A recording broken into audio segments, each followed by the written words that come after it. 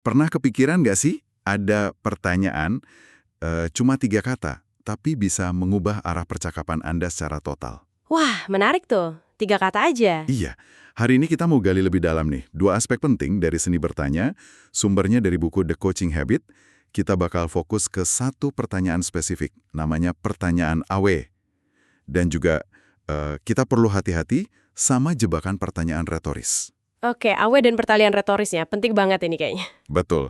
Jadi misi kita hari ini membekali Anda semua dengan pemahaman praktis, kenapa ini penting dan gimana cara pakainya atau menghindarinya, biar interaksi kita lebih efektif, lebih bermakna gitu. Siap ya? Mari kita bongkar. Langsung aja ya ke intinya. Ada pertanyaan yang disebut penulisnya sebagai pertanyaan coaching terbaik di dunia. Wah, klaim yang berani nih. Apa tuh pertanyaannya? Simpel banget. Dan apalagi, atau dalam bahasa Inggrisnya, and what else? Disingkat, AW. 3 kata doang. Kedengerannya biasa aja ya. Tapi apa sih yang bikin ini powerful banget? Nah, kekuatannya itu datang dari beberapa sisi ya. Pertama, dan ini penting banget, AW itu membuka pintu buat lebih banyak pilihan. Sumber kita nyebut studi Polnut yang dibahas juga di buku Decisive. Hasilnya itu jelas banget. Keputusan jadi jauh lebih baik kalau kita punya lebih dari 2 opsi. Oh, jadi nggak cuma A atau B gitu ya? Iya, jawaban pertama yang kepikiran itu seringkali bukan yang paling lengkap atau malah bukan yang terbaik. AW ini mancing biar keluar lagi yang lain. Menarik. Jadi AW ini kayak memaksa kita keluar dari jebakan jawaban pertama gitu ya. Sering kan kita cepat puas sama ide awal? Tepat sekali. Nah, ini nyambung ke poin kedua.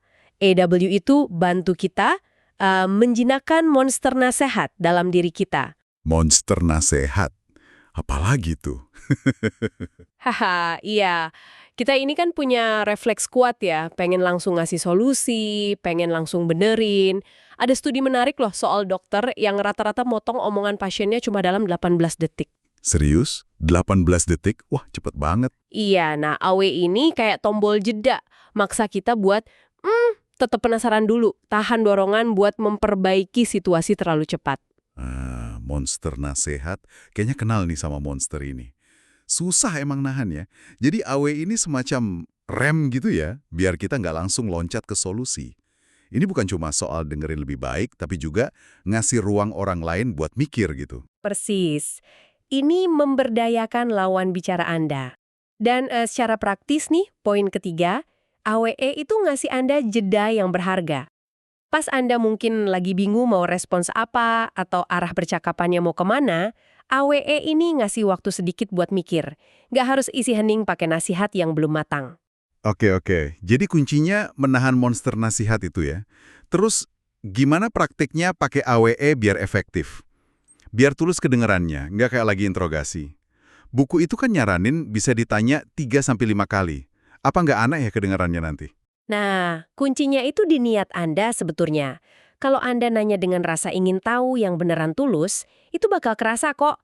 Soal pengulangan, memang disarankan 3-5 kali, karena ya lapisan pemikiran orang kan butuh digali pelan-pelan.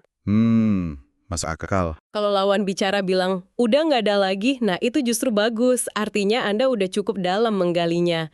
Terus kalau energinya udah mulai turun, bisa pakai variasi kayak, apakah ada hal lain buat nutup lebih halus?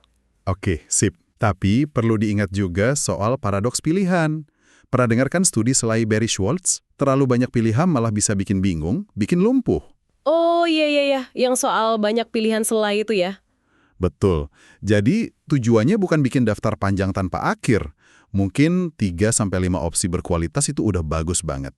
Baik, jadi AWE untuk membuka kemungkinan tapi tetap ada batasnya ya. Jangan sampai kebanyakan juga. Oke, nah selain punya alat keren kayak AWE, katanya ada jebakan lain nih yang sering kita lakukan tanpa sadar. Pertanyaan retoris.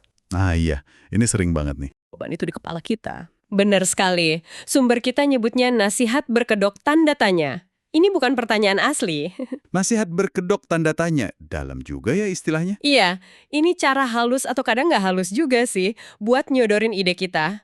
Bahayanya ini ngerusak percakapan yang tulus atau proses coaching. Anda kan pada dasarnya nggak baikkan proses mikir orang lain, cuma nyari validasi buat ide Anda sendiri.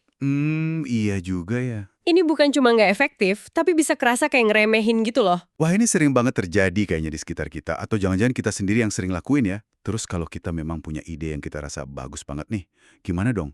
Masa dipendam aja? Nggak harus dipendem juga sih, tapi ya itu tadi, tahan dulu strateginya, pakai AWE dulu. Kasih kesempatan orang itu mikir, utarain idenya. Anda mungkin kaget loh, seringkali mereka bisa sampai ke ide yang mirip atau malah lebih bagus dari ide Anda. Oh gitu ya. Iya, kalaupun setelah digali pakai AWL mereka masih buntu, baru Anda tawarkan ide Anda. Tapi cara nawarinnya penting, sampaikan sebagai sebuah ide, sebuah opsi tambahan, bukan pertanyaan jebakan. Misalnya, saya ada satu ide lagi nih, gimana kalau kita coba? Gitu. Jadi kuncinya balik lagi ke niat awal kita ya. Apa kita beneran pengen tahu pemikiran orang lain, atau sebenarnya cuma pengen ide kita aja yang dipakai? Tepat, komitmen pada rasa ingin tahu yang otentik itu yang jadi pembeda. Ini bukan sekedar teknik bertanya aja, tapi soal ngebangun kebiasaan interaksi yang lebih memberdayakan. Oke, jadi bisa kita rangkum ya, 2 kunci penting hari ini. Pertama, gunakan kekuatan dan apalagi, atau AW, buat gali lebih dalam, buka opsi, dan nahan si monster nasihat. Betul. Terus yang kedua, waspada dan hindari pertanyaan retoris yang sebenarnya cuma nyamarin nasihat kita. Iya banget. Membangun kebiasaan bertanya yang lebih baik ini pada akhirnya bakal bikin interaksi Anda jauh lebih berdampak. Ini bantu orang lain mikir lebih jernih, nemuin solusi mereka sendiri. Ini investasi jangka panjang lah, baik dalam hubungan kerja maupun personal. Sip. Nah, sebagai penutup nih, ada satu hal yang mungkin bisa kita renungkan bareng. Setelah kita capek-capek nanya, bahkan pakai pertanyaan sekuat AW tadi, seberapa sering sih kita benar-benar mendengarkan jawabannya dengan seluruh perhatian kita? Pertanyaan reflektif yang bagus.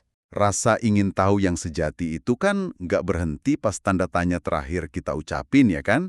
Tapi justru baru dimulai pas jawaban mulai ngalir dan kita berusaha benar-benar paham apa maksudnya. Setuju sekali. Mendengarkan jawabannya itu sama pentingnya dengan bertanya. Oke deh, sampai jumpa di pembahasan mendalam kita berikutnya.